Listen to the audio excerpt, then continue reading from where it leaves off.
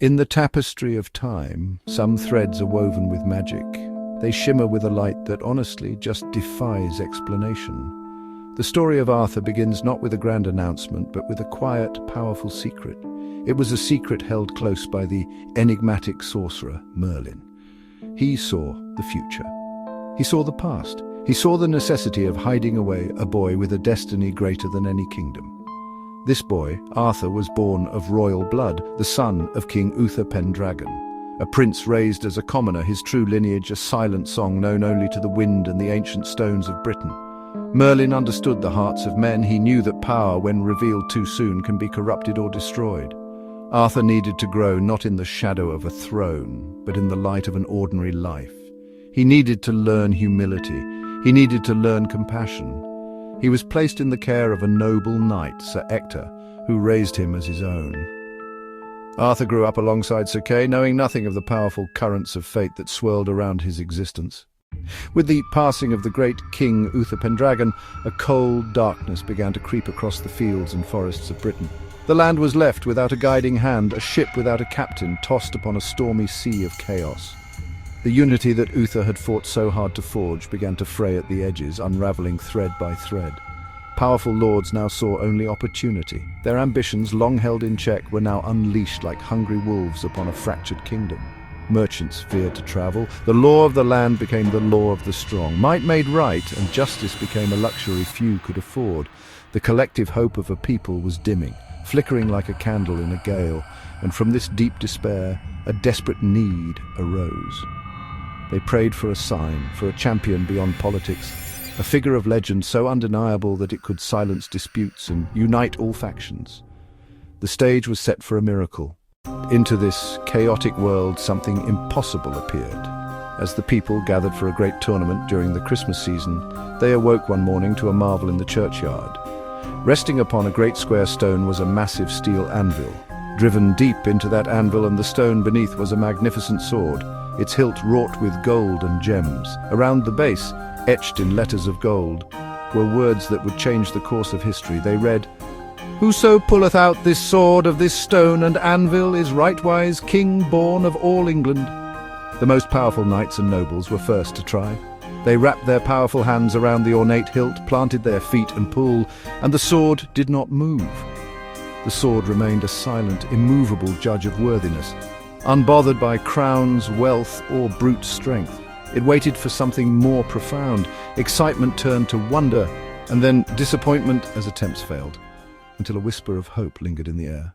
Far from the great tournament and the whispers of prophecy, a young man named Arthur lived a life of humble service. He was a squire to his foster brother, Sir Kay, a newly minted knight eager to make a name for himself.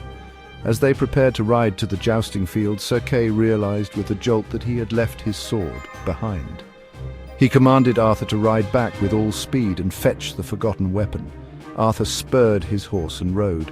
When he arrived, the lodging doors were locked, the inn empty, everyone at the tournament. As he passed the quiet churchyard, a strange sight caught his eye. The anvil and the magnificent sword standing unguarded. An idea born of necessity sparked. Not a test of kingship, but a practical solution. Sir Kay shall not be without a sword this day.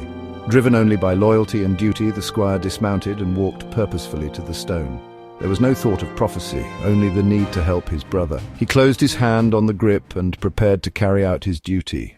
Arthur approached the stone with a singular focus. All he saw was the sword. Its jeweled hilt seemed to hum with a faint inner light. He braced and gave a gentle pull. To his utter astonishment, the sword slid from the stone as smoothly as if drawn from silk. For a moment, Arthur simply stood, stunned. He looked from the blade to the empty slot where destiny had been rewritten. Thinking only of Sir Kay, Arthur mounted and hurried back. Unaware, he held the fate of the kingdom in his hand. As he rode, the sword seemed to thrum with life. He presented the sword to his brother. Kay recognized the blade at once. Kay's eyes widened with a dawning realization. This was the sword in the stone. The simple act of a loyal squire had set the stage for a revelation that would astound the world. What had seemed a solution to a small problem was fast becoming a sign of something greater. When Sir Kay declared the sword his, Sir Ector demanded the truth. The lie couldn't hold, Arthur confessed. He had pulled the sword. Ector ordered them back to the churchyard. Back at the stone, Arthur placed the sword home and Kay tried and failed. Hector beckoned Arthur. The crowd grew heavy with expectation. Time and again, in full view of nobles and commoners, Arthur drew the sword with that same impossible ease. The common people began to see the truth. Nobles refused, accusing trickery and sorcery. The archbishop declared the sign clear, God's will manifest, and public acceptance grew into a tide. News of the squire who had pulled the sword spread like a shockwave through London and the realm. At first disbelief, then outrage. How could an unknown youth be chosen? The powerful refused to bow. The test was held again and again. Each time great lords and champions failed, and Arthur succeeded. The common people cheered. The resistance of the lords began to crumble as awe and inevitability spread. At the Feast of Pentecost, before lords and commoners, Arthur drew the sword again, and the people cried out for him to be king.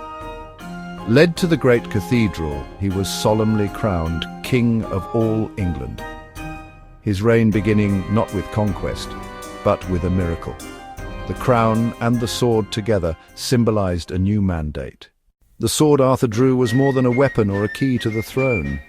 It was a symbol of worthiness and divine right. Its name was Caliburn. It stood as a physical manifestation of justice and truth. Arthur drove out invaders, subdued rebellious lords with strategy rather than wanton cruelty, and acted to protect the weak.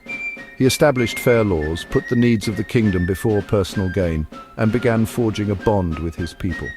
From these acts grew the seed of Camelot, a place of chivalry where leadership would be chosen by merit, not merely blood.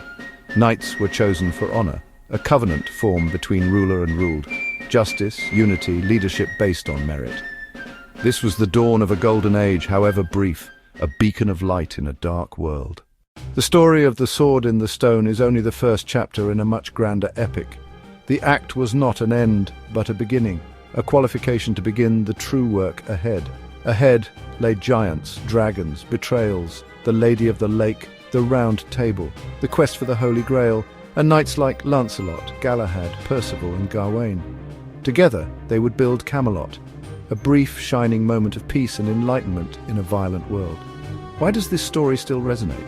Because Arthur's legend speaks to potential, that greatness can be found in unlikely places, measured by character and choice. It is a blueprint for leadership, a meditation on destiny, and an allegory for the struggle between chaos and order. The image of the young man drawing the sword is etched into our consciousness, the moment when potential becomes reality.